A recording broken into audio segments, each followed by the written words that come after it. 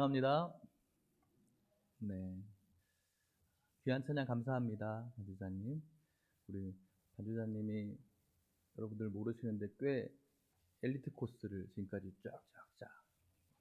네, 저는 이렇게 막 학벌을 막 따지는 그런 아닌데, 옛날에 뭐 유행했던 나 이대다운 여자야 뭐 이렇게 하는 거 있잖아.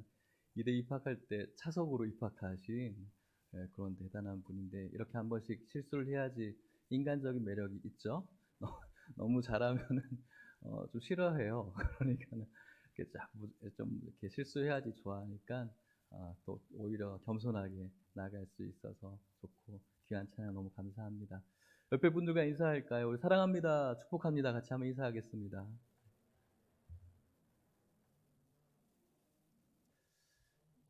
네. 어떻게 오늘 좋은 날이십니까? 별로 좋은 날이 아니신 것 같아요. 옛날에 제가 청소년 아이들하고 같이 신앙생활 할 때, 아이들에게 어떤 아이는 늘 쌩글쌩글 웃으면서 늘 좋은 날처럼 보였어요. 주일 날에 예배를 드리면은 중고등부 아이들이 늘 표정이 그렇죠. 그죠? 굉장히 암울해 있는 그런 얼굴로 늘 고개를 푹 숙이고 있는 애들이 좀 청소년 아이들의 특징인데, 유독한 그 여자아이는 눈빛이 초롱초롱하게 이렇게 있는 아이, 예배를 드릴 때마다 늘 즐거운 아이. 그래서 걔한테 넌 왜 이렇게 늘 이렇게 즐거워? 좋은 날이야? 그러니까는 그 아이가 저한테 전도사님, 날마다 좋은 날이죠. 하나님께서 좋은 날 우리들에게 주셨는데, 우리가 늘 슬프다고 이야기하고, 우리가 늘 우울하다고 이야기하고, 또 우리가 늘 안 좋다고 이야기하니까 그런 날이지, 매일매일 좋은 날이죠 라고 이야기를 하더라고요. 그래서 제가 그날 굉장히 많이 가르침을 받고 회개했던 것 같아요. 하나님께서 이 땅을 창조할 때 첫째 날, 둘째 날, 셋째 날 창조하고 난 다음에 그날을 어떻게 말씀하셨죠? 어떻다고? 좋았다라고 말씀하거든요. 하나님께서 우리들에게 주신 날은 좋은 날이에요. 믿으십니까? 그 좋은 날을 우리가 감히 안 좋은 날로, 우울한 날로 이야기해서 안 되겠죠. 저와 여러분들이 호흡이 있는 그 날, 매일매일은 우리들에게 좋은 날입니다. 어떤 국가적인 이런 전염병으로 문제도 있고, 또 우리들에게 직간접적으로 있는 개인적인 그런 안 좋은 일들도 있지만, 우리들은 늘 좋은 날입니다. 그 좋은 날 속에서 또 겪게 되어지는 슬픔과 또 아픔이 있지만, 좋은 날 속에 그 모든 것들을 또 은혜로 승화시켜 나갈 수 있는 우리 모든 성도님들 되시기를 축복합니다. 오늘의 말씀은 베드로 전서를 여러분들과 함께 보려고 합니다. 제목은 너희는 또 이제는 이라는 제목으로 여러분들과 살펴보려고 해요. 베드로가 이제 신약 시대 때 초대교회 성도들과 함께 신앙생활을 하면서 초대교회 성도들에게 보내는 글이라고 할 수가 있습니다. 여러분들이 생각하는 초대교회는 어떤 교회입니까? 오늘날 많은 교회에서 걸고 있는 슬로건이 초대교회로 돌아가자 이렇게 이야기를 해요.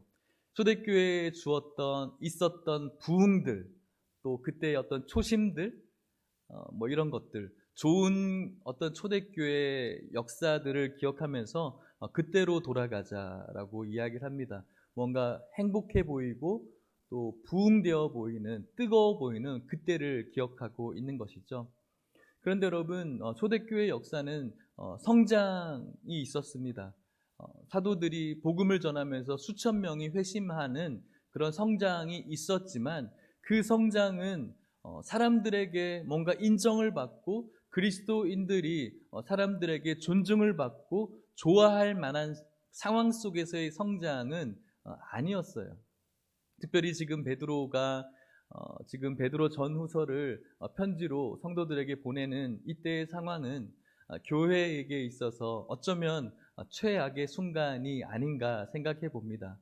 그 이유는 AD 64년경에 그 당시에 황제였던 네로가 그리스도인들을 박해하던 시절이었거든요. 로마 로마를 다스리던 그 광기의 네로가 로마 대도시에 불을 지르죠. 그런데 그 모든 화살을 어디로 돌립니까? 그리스도인들, 기독교인들이 불을 질렀다라고 소문을 냅니다. 그리고 그들이 모여서 성만찬을 하잖아요. 성만찬할 때 우리가 어떻게 합니까? 예수 그리스도의 그 몸과 살을 먹고 마신다. 이 의미가 잘못 와전돼서 이 그리스도인들이 자기들끼리 모여서 사람들, 인육을 먹는다라는 그런 소문들이 퍼진 거죠. 도시에 불을 내고 모여서 인육을 즐기는 이 사람들에 대한 인식이 좋을 리가 없겠죠. 그래서 로마 황제인 네로가 기독교인들을 박해하기 시작한 겁니다. 그렇기 때문에 그 당시에 전 세계를 다스렸던 이 로마의 지배하에 있었던 모든 땅들에는 이 그리스도인들이 길을 펴고 살아갈 수가 없었습니다. 자신이 그리스도인이라는 그 이유가 창피할 수도 있고, 자기가 그리스도인이라는 것을 드러내는 것은 굉장히 힘든 일이라고 할 수가 있었겠죠. 사람들에게 받게 되어지는 그런 이상한 고난들이 그들의 일상이 되어져 버린 거예요. 경제적인 것은 말할 것도 없고, 또 이 그리스도인들을 바라보는 인식이 정말 좋지가 않았다라는 것이죠. 그럼에도 불구하고 놀라운 것은 이런 기독교인들의 성장이 멈춰지지 않았다라는 것. 이것이 바로 하나님의 은혜이고, 하나님의 역사는 이때만 이런 것이 아니라 계속해서 그렇게 거듭되어져 왔다라는 것입니다. 이 상황 속에 오늘날 우리들의 상황을 적용해 보기도 합니다. 오늘날 저와 여러분들이 코로나 시대에 겪게 되어지는 조금은 이상한 고난들이 우리들에게 있는 것 같아요. 코로나가 번지고 증폭되어지는 것이 교회로 집중되어진 것처럼 이렇게 다들 그렇게 기정사실처럼 믿고 있는 사람들도 너무나 많이 있고, 그것으로 인하여서 내가 그리스도인이라는 그 이유가 좀 위축되어지고 또 드러내어진다라는 것, 그것이 참 어려운 시대인 것 같습니다. 한 번은 인터넷을 보다가 이런 좀 장면을 봤어요. 저에게는 좀 충격이었어요. 그 장면은 어떤 장면이었냐면은 사진을 하나 올려놨는데, 그 사진은 십자가 목걸이 사진이었어요. 커다란 십자가, 우리 옛날 나무로 했던 그런 십자가 사진이었는데, 그 사진 밑에 이런 글들이 있는 거예요. 교회 다니는 사람들은 이 십자가 목걸이를 해주세요. 저희들이 피해 다니게요. 이렇게 내용이 적혀 있더라고요. 그리스도인들이 십자가라 목걸이를 해주면 자기들이 코로나를 염려하고 있기 때문에 세상은 우리를 피해가겠다라는 것이죠. 오히려 우리가 그리스도의 그 십자가 목걸이를 하면서 늘 그리스도인됨을 자랑스러워하고 드러내야 되는데, 오히려 세상이 너희들 보고 우리가 피해가겠다라고 이렇게 이야기하고 있는 장면이 저는 굉장히 충격이었어요. 또 속상했고, 또 마음에 분노도 일어났던 것 같아요. 어쩌면은 지금 이 네로의 박해 속에 받고 있는 이 그리스도인들의 고난과 오늘날의 고난이 그렇게 다르지 않을 거라는 그런 상황 속에서 하나님께서 오늘 베드로의 입술을 빌려서 저와 여러분들에게 하시고자 하시는 말씀이 있을 것이라고 저는 생각을 했고, 이 말씀을 묵상하기 시작했습니다. 이 말씀의 묵상 속에 오늘날 우리들이 받게 되어지는, 사회적으로 받게 되어지는 뭔가 좀 그런 애매하고 이상한 고난 속에서 우리들이 흔들리지 않을 수 있는 능력과 이유가 오늘 우리들의 읽었던 말씀 속에 드러나고 있음을 발견했고, 이 말씀을 저와 여러분들이 나누기를 원하는 것입니다. 오늘 여러분들에게 아침에 보내드린 문자가 있어요. 받으셨어요? 네, 스팸 안 했죠? 거기 보면은 제가 이렇게 이야기를 했죠. 하나님의 무익한 종 이영민 목사가 각지에 흩어져 있는 우리 성도님들에게 문안합니다라고 했던 부분, 오늘 베드로 전서를 묵상하면서 여러분들에게 좀 적용을 시키면서 그렇게 문안해 보았습니다. 베드로전서 우리가 2장을 읽었는데 1장 1절에 이렇게 이야기를 합니다. 우리 같이 한번 읽어봤으면 좋겠어요. 시작. 예수 그리스도의 사도 베드로는 본도, 갈라디아, 갑바도기아, 아시아와 비두니아에 흩어진 나그네. 아멘. 사도 베드로가 지금 흩어져 있는 그리스도인들, 디아스포라의 그 유대인들 혹은 이방인 그리스도인들에게 편지를 하고 있는 거예요. 흩어져 있어요. 흩어져 있어요. 로마의 각 그 세력마다, 그 각 지배력마다 흩어져 있는 그리스도인들. 이상한 고난으로 인해서 오늘도 고통받고 있는 그리스도인들에게 베드로가 이야기를 하고 있는 것이죠. 그 속에서 다수의 이방인들 틈 속에서 소수의 그리스도인으로 살아가면서 얻게 되어지는 고난 속에서 오늘 베드로가 흩어져 있는 나그네라고 표현하고 있어요. 나그네라는 표현은 어떤 표현을 가지고 있는 것입니까? 그들이 정해진 처소가 없다라는 것을 의미하고 있는 것입니다. 그곳에서 오래 살았음에도 불구하고 그들을 향해서 본도든 갈라디아든 부르기아든 아시아든 비두니아든 너희들은 거기에 정착민이 아니라는 거예요. 너희들은 거기서 나그네라는 거예요. 나그네는 정처 없이 이곳에서 있다가 저곳으로 갈 사람들이에요. 하지만 나그네가 목적지는 있어요. 자신의 본향이겠죠. 이것은 오늘 우리들에게도 똑같이 적용되어집니다. 오늘 여러분들이 살고 있는 그 집, 어떤 분은 수십 년이 있게 그 지역에 사셨던 분도 있을 것이고 또 최근 몇 년 사시는 분들도 있겠지만 저와 여러분들은 이 땅의 나그네라고 오늘 베드로가 이야기를 합니다. 우리의 종착지는 어디입니까? 하나님의 나라인 것이죠. 하나님의 나라를 보면서 이 땅을 우리는 나그네로서 살아갑니다. 오늘 베드로가 저와 여러분들에게 하남과 서울과 신장과 어디에 살고 있는 나그네들이여 너희들에게 문안한다라고 이야기를 합니다. 그러면서 이 고난이 정말로 우리들에게 쉽사리 해결되어지지 않을 것이고 앞으로도 이 고난은 계속되어질 텐데 이 고난 속에서 우리가 흔들리지 않으려면 이렇게 해야 된다라고 말씀하고 있습니다. 성도가 신앙생활 속에 흔들리지 않을 수 있는 이유는 딱 두 가지를 기억했을 때 흔들리지 않을 수가 있습니다. 그것은 내가 신앙하고 있는 그 신앙의 대상이 누구인가, 그리고 그 신앙하고 있는 대상을 따르는 나라는 사람은 또 누구인가, 이 두 대상에 대한 정체성이 흔들리지 않을 때 우리는 어떠한 삶의 환경 속에서 흔들리지 않는 것이죠. 오늘날 많은 사람들이 교회를 이렇게 저렇게 이야기를 합니다. 수많은 논리로 그들이 가지고 있는 잣대와 기준으로 교회라는 곳을 재단하고 또 우리가 믿는 예수라는 그 존재를 이런 사람이라고 이런 존재라고 여러 갈래의 방향으로 재단하는 것을 우리가 바라봅니다. 그것을 듣고 있는 우리들은 그럴 수 있겠다, 저 사람 말이 맞다라고 동의할 때도 분명히 있어요.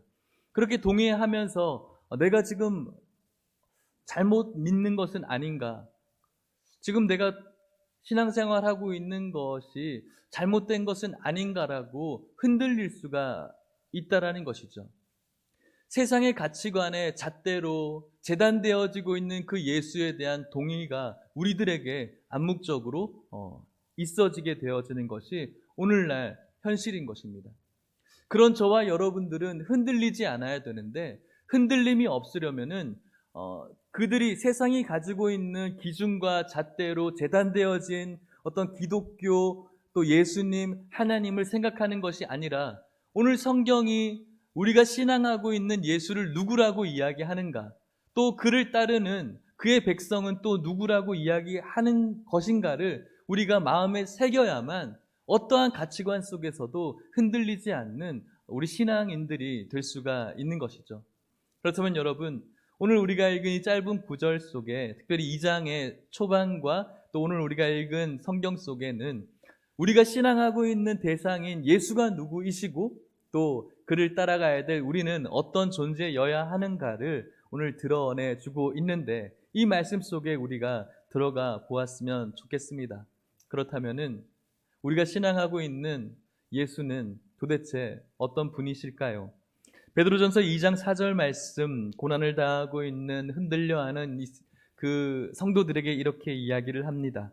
같이 한번 읽어볼게요. 베드로전서 2장 4절입니다. 시작. 사람에게는 버림바 되었으나 하나님께는 택하심을 입은 보배로운 산돌이신 예수께 나아가. 아멘. 우리가 믿는 예수는 어떤 분이십니까? 사람들에게 추앙을 받는 분입니까? 그렇지 않습니다. 버림바 된 분입니다. 아주 비참한 그런 존재이죠. 놀라운 것은 사람들에게 버림받았지만 누구에게는 택하심을 입었습니까? 하나님께는 택하심을 입은 존재라는 거예요. 사람들의 입에서는 그들이 가지고 있는 이런저런 기준으로 재단되어지면서 버림받은 사람이에요. 버림받은 존재예요. 사람들에게는 버림받은 존재예요. 세상에게는 버림받은 존재가 우리가 믿고 있는 예수라는 존재라는 것이죠. 그런데 놀라운 것은 하나님께서는 택하셨다라는 거예요. 이것이 바로 우리가 신앙하고 있는 예수라는 존재예요. 그래서 오늘 우리가 세상에서 재단되어지는 그 예수님을 바라보면서, 세상에서 버려진 예수님을 바라보면서 뭔가 분명히 속상한 부분은 있지만 그것이 비정상적인 것처럼, 잘못되어진 것처럼 생각할 필요는 없어요. 당연한 거예요. 세상에서는 예수라는 존재는 버려지는 존재예요. 하지만 이 세상을 창조하신 하나님으로부터는 택함을 받은 존재가 바로 예수 그리스도, 우리가 신앙하는 분이죠. 세상은 버린 존재이기 때문에 아주 형편없는 그런 가치이지만 오늘 성경 4절이 말씀하는 그 존재는 하나님께는 택하심을 입은 보배라고 이야기를 하고 있어요. 4절 말씀 다시 한번 띄워볼래요? 보배라고 이야기하고 있어요. 저와 여러분들에게는 보배로운 무엇이라고요? 산돌이래요. 산돌. 살아있는 돌, 리빙스톤이라는 거예요. 돌이, 살아있는 돌이 있습니까? 돌이 어떻게 생명이 있어요? 근데 살아있는 돌이래요. 사람들에게는 버려진 돌이에요. 건축하는 사람들에게는 아주 쓸모없는 것처럼 버려진 돌인데, 예수라는 존재는 하나님께서 택하신 아주 가치 있고 보물과 같은 살아있는 돌이라고 말씀하고 있는 것이죠. 그렇기 때문에 세상에서 아무리 이 예수라는 존재를, 교회라는 존재를 그들이 가지고 있는 기준과 잣대로 버려버릴 수 있지만, 믿고 있는 저와 여러분들은 그 예수 그리스도를 버리는 존재로 내버려 두는 것이 아니라 하나님께서 보배로운 존재로 택하셨던 것처럼 그 버려진 돌을 우리는 어떻게 해야 됩니까? 우리 가슴에 담을 수가 있어야 되는 거예요. 우리 역시도 마찬가지예요. 예수 그리스도를 닮은 저와 여러분들도 예수님 때문에 이 땅에서 버려질 수밖에 없는 존재예요. 당연한 거예요. 오늘 교회가 욕 먹어서 우리 어떡하나, 이제 교회 전도는 어떻게 하나, 저 교회 때문에 우리는 어떻게 하나, 우리는 인정 못 받고 좀 사람들에게 인정받고 인기가 많아져야 전도도 되어지고 할 수 있는데 어떻게 하나, 물론 할 수 있는 고민이죠. 그런데 여러분, 우리는 이미지로 전도하는 게 아니에요. 교회는 이미지로 전도하는 공동체가 아니에요. 세상 기업이나 사회는 이미지로 마케팅을 해야죠. 하지만 교회 공동체는 이미지로 전도하는 것이 아니라 그 안에 가지고 있는 그 미랄과 같은, 그 작은 미랄과 같은 존재이지만 생명력 있는 말씀으로, 생명력 있는 하나님의 이름으로 전도하는 공동체예요. 믿으십니까? 그렇기 때문에 저와 여러분들은 이 세상 사람으로부터 예수님처럼 예수님 때문에 버려질 수밖에 없어요. 하지만 놀라운 것은 버려질 존재로 끝나는 것이 아니라 어떤 존재일까요? 하나님께서 택한 존재가 되는 것이죠. 그것이 저와 여러분들의 정체성인 거예요. 이것이 여러분들에게 잊어버려졌다면 오늘 이 베드로의 말씀을 통해서 다시 한번 여러분들에게 회복되어질 수 있기를 주의 이름으로 축복합니다. 성경에 산돌에 대해서 또 이렇게 이야기를 합니다. 2장 6절 말씀 같이 한번 읽어볼게요. 2장 6절입니다. 시작. 성경에 기록되었으되 보라 내가 택한 보배로운 모퉁이 돌을 시온에 두노니 그를 믿는 자는 부끄러움을 당하지 아니하리라 하였으니. 아멘. 구약에서 이사야의 말씀에서 이렇게 메시아에 대해 예언을 해 놓았어요. 보아라 내가 택한 보배로운 이 모퉁이 돌, 예수 그리스도를 이야기하는 거예요. 하나님 보시기에는 택한 보배로운 모퉁이 돌이죠. 하지만 사람들에게는 버린 돌이에요. 하나님 보시기에는 보배롭고 택한 돌인데 사람들에게는 버린 돌이에요. 그 버린 돌을 시온에 두었다라고 말씀해요. 그리고 그 돌을 믿는 자는 부끄러움을 당하지 아니할 거라고 하나님께서는 말씀하고 있는 겁니다. 사랑하는 여러분, 오늘날 저와 여러분들은 교회 다닌다는 것이 부끄러운, 좀 이미지가 좀 그래서 수치가 있진 않습니까?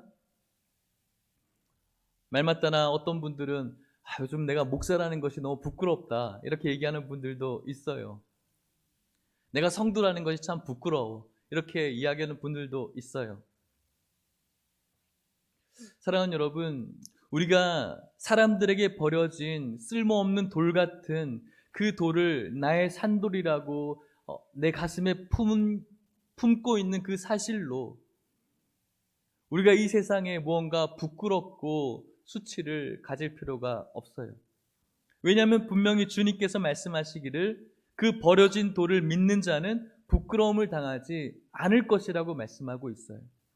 오늘날 우리가 버려진 돌인 예수를 가슴에 품었다는 이유로 이 땅에 얻게 되어지는 그 부끄러움은 진짜 부끄러움은 아니에요. 어떤 부끄러움이 진짜 부끄러움일까요? 산돌이신 예수 그리스도께서 이 땅 가운데 심판주로 오셨을 때 그 인생은 두 가지 길로 나뉘어지게 될 것입니다. 하나님의 나라이냐, 하나님의 나라가 아니냐. 그 심판대 앞에서 사람들이 버린 그 부끄러운 돌을 품은 사람만이 그 재판의 장소에서 수치를 당하지 않게 될 것입니다. 그렇기 때문에 우리들의 진정한 수치는 오늘 이 땅 가운데 살아가면서 내가 그 버려진 돌을 가지고 있어서 오는 데 오는 수치가 진정한 수치가 아니라, 진정한 수치는 주님께서 이 땅 가운데 재림하시는 그날 하나님의 그 심판대 앞에 섰을 때 우리들의 인생길이 하나님 나라로 들어가지 못하는 것이 진정한 부끄러움이고 진정한 수치라는 것이죠. 믿으십니까? 분명히 오늘 성경은 이야기합니다. 버려진 그 돌을 믿는 자는 부끄러움을 당하지 아니할 것이다. 오늘 저와 여러분들이 사람들이 버린 그 돌로 인해서 그 돌을 가지고 있다는 이유만으로 이 땅 가운데 부끄러움을 당하고 있다면 당하십시오. 괜찮습니다. 그것이 진정한 부끄러움과 수치가 아니기 때문에 그래요. 진정한 부끄러움과 수치는 이 세상의 마지막, 우리들의 인생의 결말이 오는 그날 진정한 수치가 드러날 것이기 때문에 이 땅에 우리가 그 버려진 돌로 붙어오는 부끄러움을 당할 수 있다면 그것이 저와 여러분들에게는 오히려 훈장이 되고 상급이 될 수 있다는 사실을 믿을 수 있기를 축복합니다.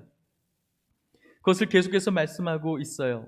2장 7절 8절 말씀을 같이 읽어볼게요. 2장 7절 8절입니다. 시작. 그러므로 믿는 너희에게는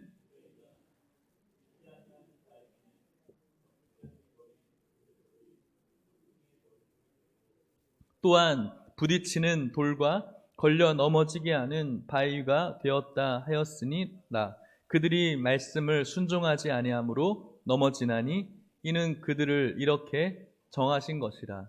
아멘. 그러므로 여러분, 믿는 우리에게는 사람들이 버린 이 돌이 어떤 존재이죠? 보배인 거예요.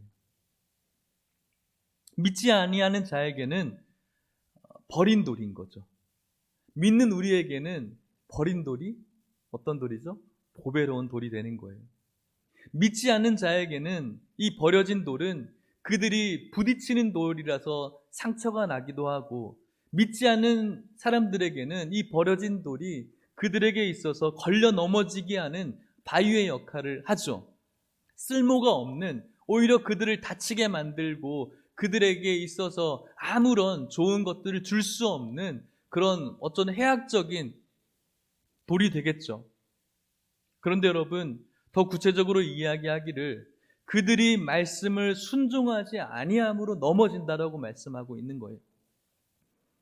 하나님께서 보내신 이 돌을 그들이 믿지 않음으로 그들이 오히려 넘어지게 될 것이고, 2장 8절 말씀 다시 한번 띄워볼래요? 맨 마지막에 이렇게 정하고 있죠. 이는 그들을 이렇게 정하신 것이라 라고 하고 있어요. 우연히 그들이 넘어진 게 아니라 그들을 그렇게 정했다라는 거예요. 선택했다라는 거예요. 넘어지도록. 우리는 버려진 돌에서 선택받은 존재가 된 것이고, 그 사람들은, 이거는 교리적인 단어인데 유기되었다라고 이야기하는 거예요. 우리가 선택된 백성이라고 이야기하고, 선택받지 못한 사람들은 유기되어졌다라고 이야기하는 거예요. 심판대 앞에서 진정한 수치를 당할 사람으로 유기되어졌다라는 것이죠. 그 돌을 버림으로 말미암아. 그렇기 때문에 우리가 지금 이 초대교회 성도들이 그렇게 버려진 돌처럼 수많은 이상한 고난을 받고 있지만 너희들 그렇게 살 필요가 없다라는 거예요. 그러면서 예수는 우리들에게 산돌이 되어지고, 예수는 버려졌지만 하나님께 택한 돌이 되어지고, 그리고 그 돌을 믿음으로 인하여서 우리는 영원한 그런 축복으로 들어가게 된다. 그것이 바로 우리가 믿는 신앙의 대상에 대해서 말씀하고 있는 것이죠. 그렇다면 우리는 어떤 존재인가? 베드로전서 2장 9절 말씀에 이렇게 이야기를 합니다. 같이 읽어볼게요. 시작. 그러나 너희는 택하신 족속이요 왕같은 제사장들이요 거룩한 나라요 그의 소유가 된 백성이니 이는 너희를 어두운 데서 불러내어 그의 기이한 빛에 들어가게 하신 이의 아름다운 덕을 선포하게 하려 하심이라. 아멘. 그러나 걸려 넘어지는 사람은 그렇게 정했다. 그러나 너희는 아니다라는 거예요. 너희는 어떤 존재다? 선택받았다. 앞에 2장 8절 마지막에는 그 사람들은 버려진 돌에 걸려 넘는 존재로 정해졌지만, 그러나 너희는 오늘 예수 그리스도를 구주로 버려진 돌을 나의 가장 소중한 돌로 그것을 품고 이 세상에 이상한 고난을 받고 있는 너희는 내가 택한 민족이라는 거예요. 족속이라는 거예요. 이것이 오늘 우리가 가져야 될 정체성이라는 거예요. 세상에서 그럴듯한 합리적인 것들로 예수님을 제단하고 교회를 제단하면서 믿고 있는 저희들마저도 그것이 맞는 건지 틀린 건지 몰라 하는 저희들에게 오늘 성경은 분명히 이야기를 해요. 그렇게 가치 없고 버려진 돌을 품고 있는 우리가 선택받은 백성이라고 이야기를 하는 거예요. 얼마나 놀라운 축복입니까? 그리고 선택받은 족속이고 어떤 존재라고 이야기합니까? 왕같은 제사장이라고 이야기를 하는 거예요. 제사장이래요. 왕같은 제사장이에요. 로얄이라고 이야기하죠. 얼마나 기품이 있습니까? 기품이 있는 제사장, 예배자를 이야기하는 거예요. 예배자. 저와 여러분들이 하나님 앞에 예배할 수 있는 예배자가 되었다라는 거예요. 하나님 앞에 나가서 예배 드릴 수 있는 그 특권이 우리들에게 주어진 거예요. 우리는 늘 주일마다 나와서 예배 드릴 수 있으니까 이것이 특권인지 모르죠. 하지만 하나님 앞에 나아갈 수 있는 존재는 없었죠. 사람들이 버린 그 쓸모없는 버려진 돌을 가슴에 품은 그 성도들만이 예수 그리스도로 말미암아 하나님의 존전에 담대히 나아갈 수 있게 되었어요. 제사장이 된 것입니다. 하나님 앞에 나아갈 수 있는 제사장. 제사장이 하는 역할은 예배이고요. 그 예배 속에서 일어나는 일은 무엇이어야 될까요? 우리가 교회로서 예배를 드림으로 인해서 어떤 일이 벌어져야 될까요? 사랑하는 여러분, 병원에 가면은 병원이 해야 될 일이 무엇일까요? 우리가 병원에 가요. 요즘 병원이 참 잘 돼 있죠. 병원마다 참 잘 돼 있어요. 병원에 딱 들어가는 순간, 제가 어렸을 때 기억하는 병원은 들어가면은 그 매캐한 그 포르말린 소독 약 냄새와 또 흰 옷을 입고 있는 백의의 천사이신 그 간호사 누나들이지만 굉장히 무서운 누나들이죠. 그리고 삭막해 보이는 대리석으로 되어진 뭐 그런 그 돌들, 밑에 바닥들, 뭐 이런 기억이었던 것 같아요. 근데 요즘은 들어가면은 공기정화기가 돌아가고 있고, 뭐 핑크톤의 어떤 간호사 선생님들의 그 옷들, 그리고 아로마 향기로 딱 냄새도 나는 그런 좋은 그런 냄새들, 또 벽에는 박물관처럼 좋은 풍경의 그림들이 걸려져 있는 그런 모습들이에요. 참 좋은 병원인 것 같아요. 그런 병원에 들어가서 이제 병을 고치기 위해서 진료를 받았는데 병을 못 고쳐요. 병원이 너무 좋은데 병을 못 고쳐요. 그 병원은. 그러면 병원이라고 할 수가 있을까요? 없죠. 병원으로서의 존재가, 가치가 없는 거죠. 오늘날 교회들도 마찬가지예요. 건물도 이쁘게 지어놨고요. 아주 넓은 평수에 으리으리하게 지어놨어요. 교회 들어가면 꼭 백화점처럼 꼭 고객을 응접하는 것처럼 사람들이 줄을 서서 안내위원들이 어서 오십시오라고 인사하고 참 우리들의 마음을 즐겁게 해줘요. 좋은 것 같아요. 교회에 들어오면 찬란한 조명과 이쁜 꽃 장식들, 또 앞에서 이야기하는 잘생긴, 저는 아니지만 잘생긴 설교자들. 왜 웃으시죠? 너무 좋은 교회이죠. 그곳에 나와서 뭔가 뭉클하게 은혜 받은 것 같은 그런 기분은 느껴져요. 그런데 여러분, 그 안에 교회가 해야 될 그 제사장의 역할은 뭘까요? 죄사함이에요. 죄에 대한 부분이 해결되어져야 해요. 그것이 바로 교회의 제사장으로서의, 예배자로서의 역할이거든요. 그런 교회에 와서 기분 좋게 와서 뭔가 좋은 훈화 말씀 듣고 기분 좋게 교회 나가면은 어떤 걸까요? 교회로서의 역할이, 제사장으로서의 그 역할이 하나도 없어진 것과 마찬가지예요. 교회는 죄를 이야기할 수 있어야 되고요. 교회는 회개를 이야기할 수 있어야 되고, 교회는 예배를 통해서 내 안에 잘못되어진 부분들이 깨어지고 부서지고 다시 내가 변화되어질 수 있는 예배자로서 다시 한번 하나님의 그 구원의 기쁨을 회복시킬 수 있는 그 일들이 예배 속에서 일어나야 되는 거예요. 그 교회에서 이 예수를 이야기하지 않고, 교회에서 말씀을 이야기하지 않고, 교회에서 우리의 죄를 이야기하지 않고, 오늘 교회에서 내가 잘못되었게 살았음을 이야기하지 않고, 내가 변화되어야 된다는 사실을 깨닫지 못하고, 그냥 무언가 나 감동적이었어, 참 나 위로받았어, 이것으로 끝나면은 그냥 세상에서 이야기하는 치유센터랑 별 다를 바가 없는 거죠. 우리가 제사장으로서, 왕같은 제사장으로서 이 교회 안에서 이런 일이 벌어지지 않는다면 오늘 하나님께서 우리들에게 말씀하신 이 정체성이 사라져버리는 거예요. 왕같은 제사장, 왕같은 제사장. 왕처럼 우리가 이 세상에서 뭔가 권위를 가지고 사람들에게 추앙을 받고 존경을 받고 인정을 받아야 될까요? 그것이 우리들이 꿈꾸는 교회이며 우리들의 정체성입니까? 그렇지 않습니다, 여러분. 한때 중세시대 때 교회가 왕보다 높은 권위에 있던 시절이 있었죠. 교황의 말 앞에 쩔쩔 멜던 시절이 있었어요. 왕들도, 그 유럽의 왕들도 옛날에 우리 역사 때 배웠던 아비뇽 뉴스입니까? 그 교황한테 와서 막 왕이 막 절에 이렇게 용서를 빌었던, 왕이 무릎 꿇고 빌었던 그 시절이 있었죠.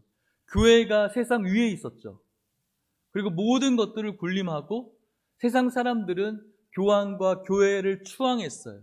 존경했고 모든 언어십을 가졌죠. 그런데 그 시대를 믿지 않는 사람들과 믿는 사람 동일하게 이야기해요. 암흑기라고 이야기를 해요. 영적인 암흑기라고 이야기를 해요. 교회가 세상 위에 우뚝 섰는데, 교회가 세상에서 추앙받던 시절이었는데 암흑기였어요. 오늘 저와 여러분들이 이 교회가 세상에서 물론 인정받으면 좋지만 인정받는 것이 목적이 아니라고 이야기하고 있는 거예요. 교회가 뭔가 세상에서 좋은 일들을 많이 해서 구제도 많이 하고 세상에서 무언가 기부도 많이 하고 이런 걸로 인해서 존중받고 인정받고, 물론 좋은 거예요, 여러분. 하지 말자고 하는 것이 아니에요. 그것이 교회의 목적이 아니라는 것을 이야기하는 거예요. 그것으로 전도하는 것이 아니라는 것을 이야기하는 거예요. 교회가 이 세상에서 인정을 받고 사람들에게 추앙받고 무언가 세상 위로의 건의로서 높임받는 것은 교회의 존재의 목적이 아니라는 거예요.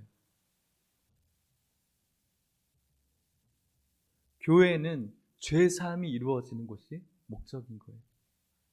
저와 여러분들이 예배자로서, 제사장으로서 이 교회에서 나의 죄가 토설되어지고 나의 잘못된 부분들이 하나님 앞에, 그 십자가 앞에 드러나게 되어지고, 그 드러난 우리들의 죄가 그 보혈의 은혜로 덮어지는 그 기쁨의 은혜와 예배가 우리들의 예배가 되어야 한다는 거예요. 그것이 우리들에게 주어진 특권이고 우리의 정체성이라는 거예요. 그래서 세상에서 우리들을 바라보는 따가운 시선들, 내가 교인이라는 이유만으로 가져야 될 어떤 위축감들 분명히 있지만 그것이 우리들에게 있어서 중요한 가치는 아니라는 거예요. 우리의 정체성은 왕같은 제사장인 거예요. 고귀한 제사장의 역할, 예배자의 역할을, 기쁨의 예배자의 역할을 감당하는 것. 세상이 어떻든 간에 그 안에서 우리는 세상과 함께 살아가지만 세상과 담을 쌓으라는 것이 아니라, 그럼에도 불구하고 우리는 이곳에서, 그럼에도 불구하고 여러분들이 속해 있는 모든 가정과 처소에서 왕같은 제사장으로서 살아가야 되는 거예요.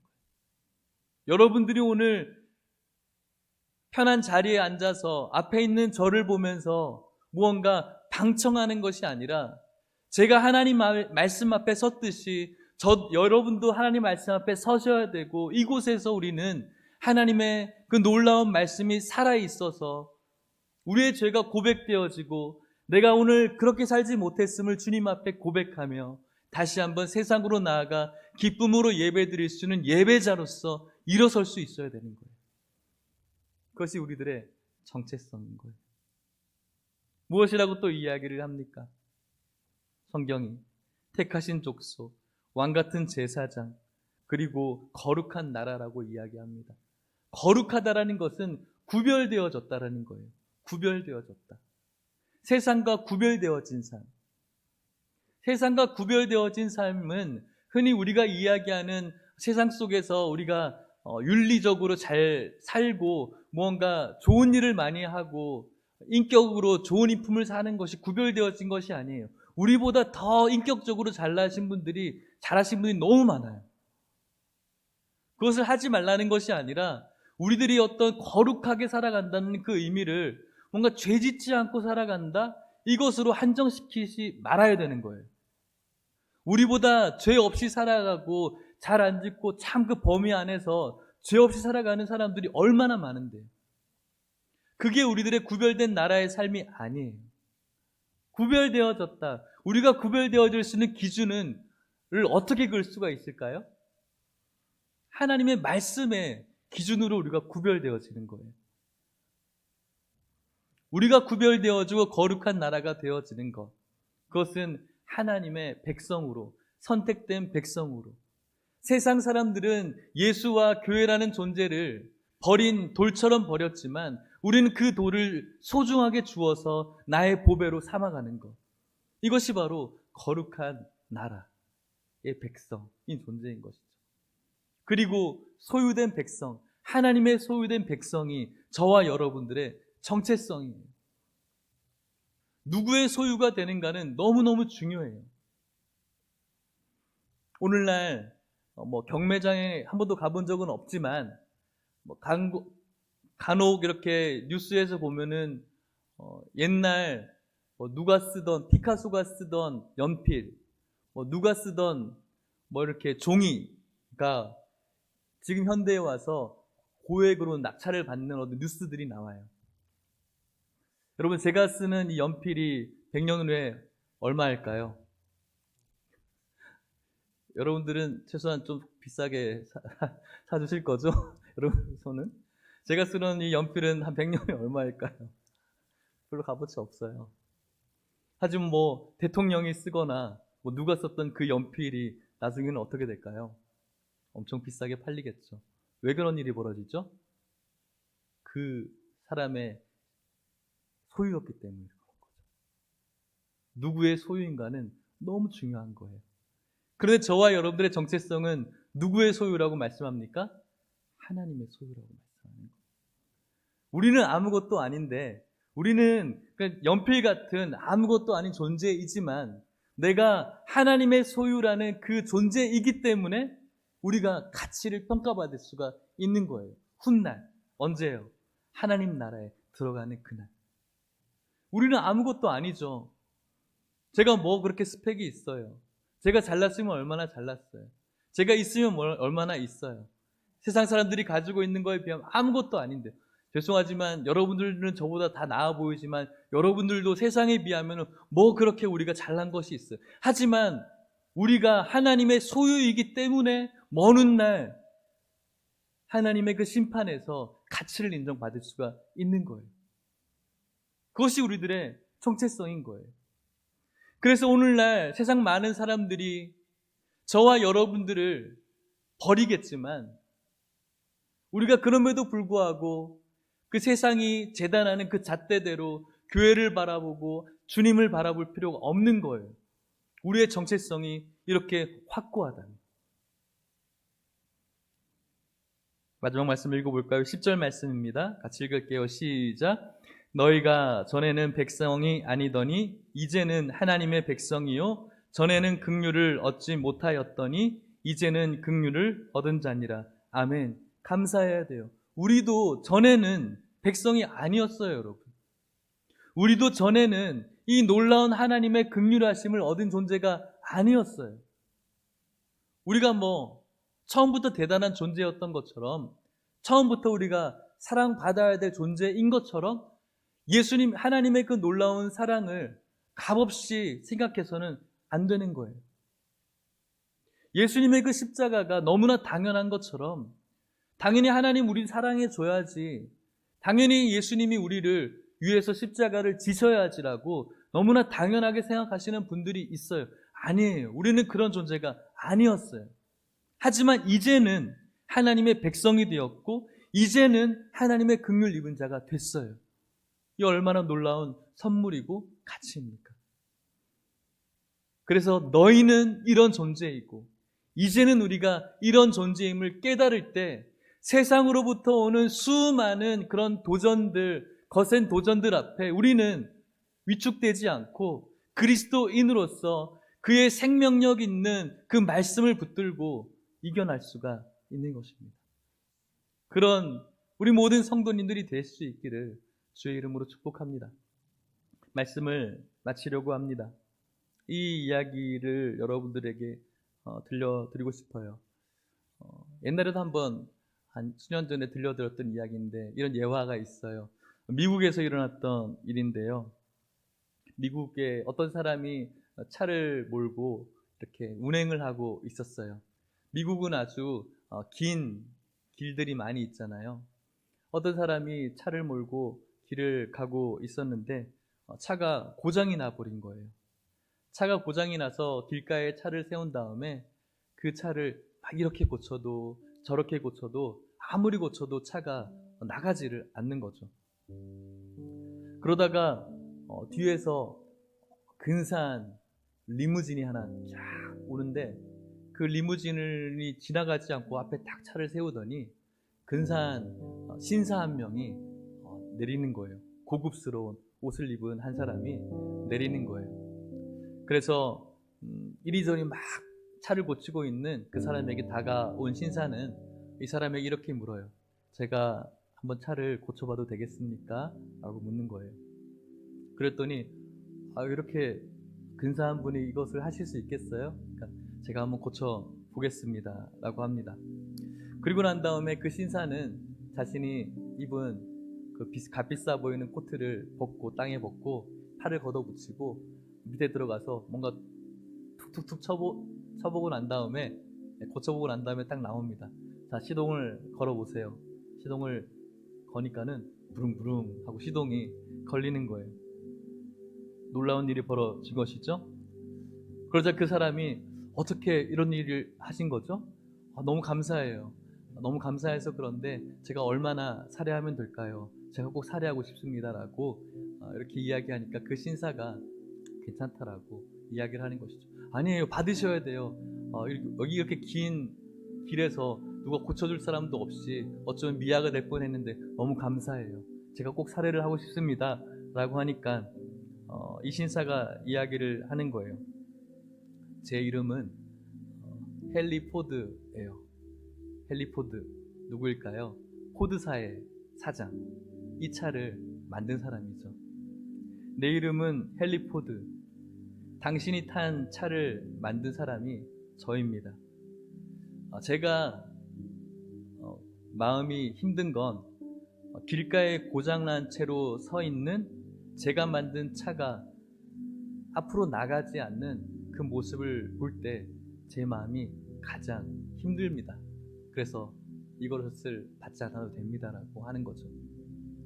저는 이 이야기를 들으면서 오늘날 내가 누구인지 모르고 한 발자국도 나가지 못하는 우리들의 모습을 바라보는 그런 하나님의 마음이 느껴졌어요. 우리를 창조하시며 너희는 이 세상에 택한 족속이다. 왕같은 제사장이다. 그리고 그의 소유된 백성이다. 너희는 하나님의 백성이다. 너희는 긍휼을 입은 자다라고 말씀하신 우리의 정체성을 전혀 깨닫지 못하고 고장난 채 한 발자국도 움직이지 않는 우리들의 모습을 바라보면서 우리를 창조하신 하나님이 얼마나 가슴이 아프실까 그런 생각을 하게 되는 것이죠. 이 세상에서 들려오는 그 수많은 거센 도전 앞에 위축돼서 한 발자국도 움직이지 못하는 고장난 그리스도인들로 살아가면서 하나님의 마음을 얼마나 아프게 했는가. 오늘 저의 모습이 이 고장난 차 같아서 하나님께서 분명히 선택했다고 했지만 그것이 나에게 전혀 가치 있게 느껴지지 못하고 하나님께서 나에게 왕같은 제사장이라고 했지만 오늘 나의 예배 속에 이 죄사함의 은혜가 일어나지 못하고 하나님께서 나의 소유라고 이야기했지만 나는 하나님의 소유로서의 어떤 자부심을 느끼지 못한 채 고장난 채로 서 있는 나의 모습을 보면서 하나님의 그 마음을 느끼며 회개할 수밖에 없는 거죠. 여러분들은 어떠십니까, 여러분? 오늘 여러분들의 모습이 혹시 이런 모습으로 있지는 않으십니까?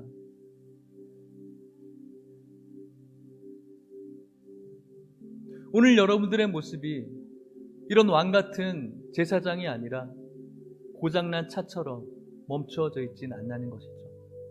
다시 한번 여러분들의 모습을 점검해 볼 수 있기를 바라고요.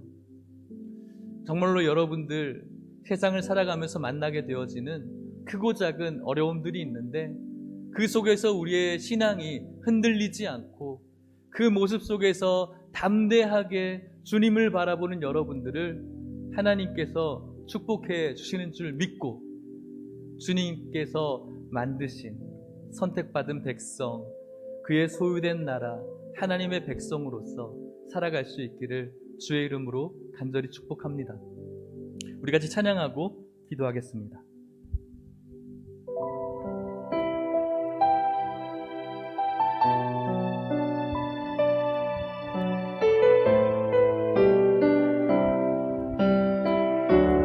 오늘 이 시간이 찬양으로 하나님께서 여러분들에게 말씀하시는 줄 믿고 받으셨으면 좋겠어요. 때로는 너의 앞에 어려움과 아픔 있지만 담대하게 주를 바라보는 너의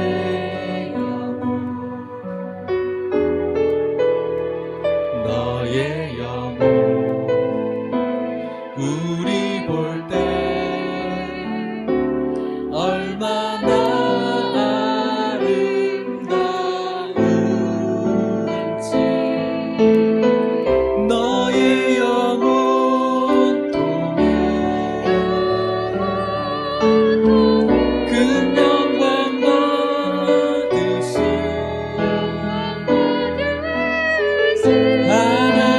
하나님을 찬양 오 할렐루야 너는 택한 족속이요 왕같은 제사장이며 거룩한 나라 하나님의 소유된 백성 하나님이 여러분들을 보십니다.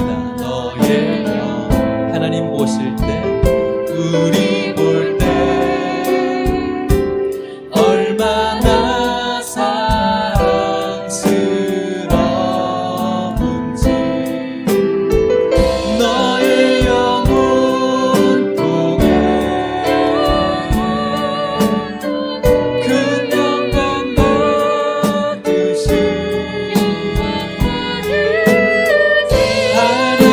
하나님을 찬양 오 할렐루야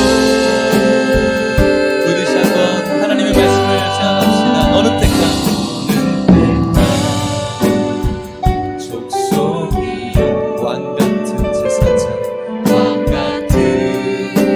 제사장 너희는 거룩한 나라 이제는 하나님의 소유된 백성 너의 영혼 우리 볼 때 얼마나 사랑스러운지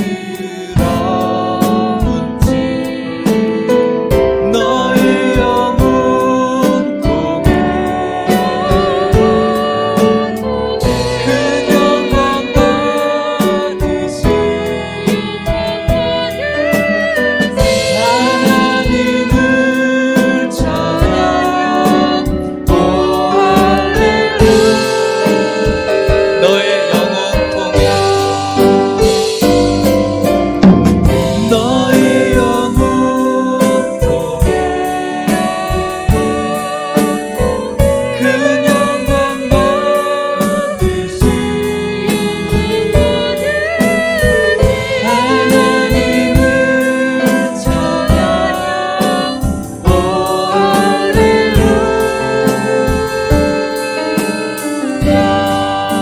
할렐루야 같이 기도했으면 좋겠습니다. 때로는 우리들 앞에 어려움과 아픔 있습니다. 우리들의 정체성과 우리들이 신앙하는 그분을 향한 그의 정체성을 헷갈려 할 때 우리가 흔들릴 수밖에 없습니다. 사랑하는 여러분, 우리도 오늘날 초대교회 성도들이 받았던 그런 이상한 고난 받을 수 있습니다. 이상한 것 아닙니다. 사람들은 예수를 버립니다. 교회를 버립니다. 쓸모없기 때문에 그렇죠. 하지만 오늘 우리는 사람들이 버린 그 돌을 나의 산돌이라고 다시 주워서 가슴에 담아야 됩니다. 그리고 그 돌을 내 가슴에 담았다는 이유로 우리는 먼 훗날 가장 궁극적인 수치를 당하지 않게 될 것입니다. 이것을 우리가 놓치지 않을 때 우리가 승리할 수 있는 것입니다.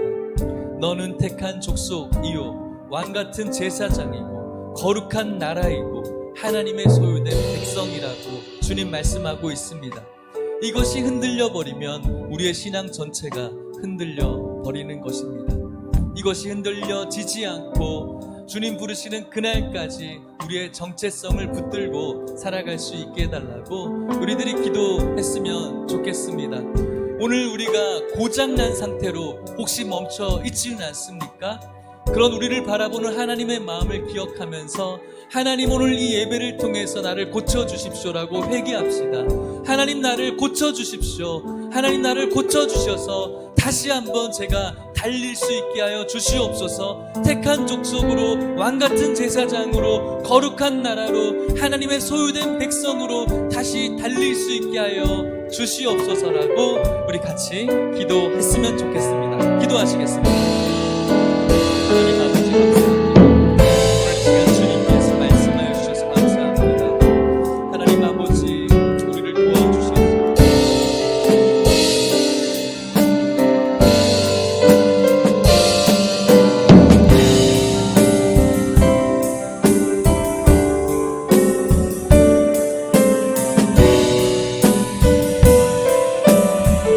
아버지의 사랑 가운데 저희들 나갈 수 있게 하여 주시옵소서.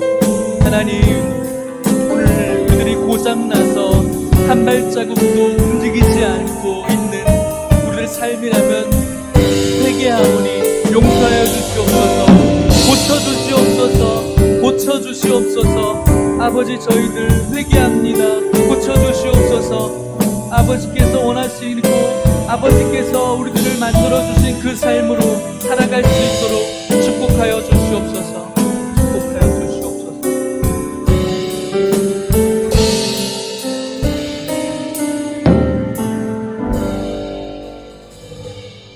참 좋으신 하나님 아버지 감사합니다. 우리에게 산돌이신 예수님을 보내주셔서 감사합니다. 하나님 감사합니다. 세상은 그를 쓸모없는 돌처럼 버렸지만 그 돌이 우리에게 보배로 보이게 해주셔서 감사합니다. 하나님 아버지 그 돌을 우리들의 가슴에 소중하게 간직할 수 있도록 축복하여 주시옵소서. 아버지 그 돌을 우리 가슴에 소중하게 간직하며 주님 오시는 그날 가장 궁극적인 수치에서 자유하며 하나님 나라의 기쁨 맛볼 수 있도록 축복하여 주시옵소서. 하나님 이 시간 저희들 삶을 되돌아보며 회개하기를 소원합니다. 하나님 저희들을 택한 족속으로 왕같은 제사장으로 거룩한 나라로 하나님의 소유된 백성으로 만들어 주셨건만 하나님 저희들 고장나서 한 발자국도 움직이지 못하는 그런 인생들, 그런 하나님의 백성으로 살아갔다면 하나님 이 시간 저희들 회복시켜 주시옵시고 고쳐 주시옵소서. 다시 한번 하나님의 족속으로 하나님의 백성으로 주님의 소유된 백성으로 달려갈 수 있도록 저희들을 붙잡아 주시옵소서. 세상의 이상한 고난들과 또 직간접적으로 우리들에게 처해져 있는 모든 고난 속에서 우리들의 정체성을 잘 붙들고 주님 부르시는 그날까지 온전히 달려갈 수 있는 우리 모든 성도들 될 수 있도록 축복하여 주시옵소서.